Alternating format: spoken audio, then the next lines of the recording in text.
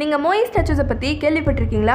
அதாவது மனுஷனுடைய முகமறியே செதுக்கப்பட்டிருக்கிற இந்த பெருசான ஸ்டாச்சுஸை பற்றி தான் கேட்குறேன். இந்த ஸ்டாச்சுஸ் எல்லாம் பெசிபிக் ஓஷனில் இருக்கிற ஈஸ்டர் ஐலாண்டில் தான் பொருத்தப்பட்டிருக்கு. அதுவும் 1-2 கிடையாது, கிட்டத்தட்ட 900 கணக்கில் பொருத்தப்பட்டிருக்கு. இந்த எல்லா ஸ்டாச்சுஸும் ஓஷனோட ஆப்போசிட்டாக நிலத்தை பார்க்குற மாதிரி தான் பொருத்தப்பட்டிருக்கு. இந்த சிலைகள் எல்லாம் கிட்டத்தட்ட 1000 வருஷம் பழசானது. அதாவது எந்த ஒரு கருவிகளும் இல்லாத காலகட்டத்தில் தான் இந்த ஸ்டாச்சுஸே செஞ்சாங்க. அது மட்டும் இல்லாமல் இந்த ஸ்டாச்சுஸை ரிசர்ச் பண்ண ரிசர்ச்சர்ஸ் எல்லாம் என்ன சொல்கிறாங்கன்னா, இந்த மோயிஸை வால்கானிக் டஃபிங்கிற மெட்டீரியலில் தான் செய்யப்பட்டிருக்கு. கருவிகளே இல்லாத காலகட்டத்தில் இதை எப்படியோ செஞ்சுட்டாங்க. ஆனால் ஒவ்வொன்றும் 14 to 80 டன்ஸ் வெயிட் உள்ள இந்த மோயிஸை எப்படி இடமாற்றம் செஞ்சிருப்பாங்க? ஒருவேளை கயிறுகள் கட்டி நவுத்தி கொண்டு வந்திருக்கலாம் அப்படின்னு சொல்றாங்க. இப்படி பல சயின்டிஸ்டுங்களுக்கு சவால் விட்டு மிஸ்டரிஸுக்கு பஞ்சமா இருக்கிற இந்த மோய் ஸ்டாச்சுஸை எந்த இடத்து மக்கள் செஞ்சாங்கன்னா, ரப்பா நோயிங்கிற இடத்துல உள்ள மக்கள் தான் செஞ்சாங்க. அதாவது இந்த ஈஸ்டர் ஐலாண்டுக்கான இன்னொரு பேர் தான் ரப்பா நோய். நம்ம இந்த சிலைகளை தலைகளா மட்டும் தானே பார்த்திருப்போம். இந்த சிலைகளுக்கு முழு உடம்பும் இருக்கு. காலப்போக்கில் அதோடைய உடம்பு மட்டும் மண்ணுக்கடியில் புதைஞ்சிருக்கு. இதை சில ஆராய்ச்சியாளர்கள் அந்த சிலையை தோண்டி பார்த்தே கண்டுபிடிச்சிருக்காங்க.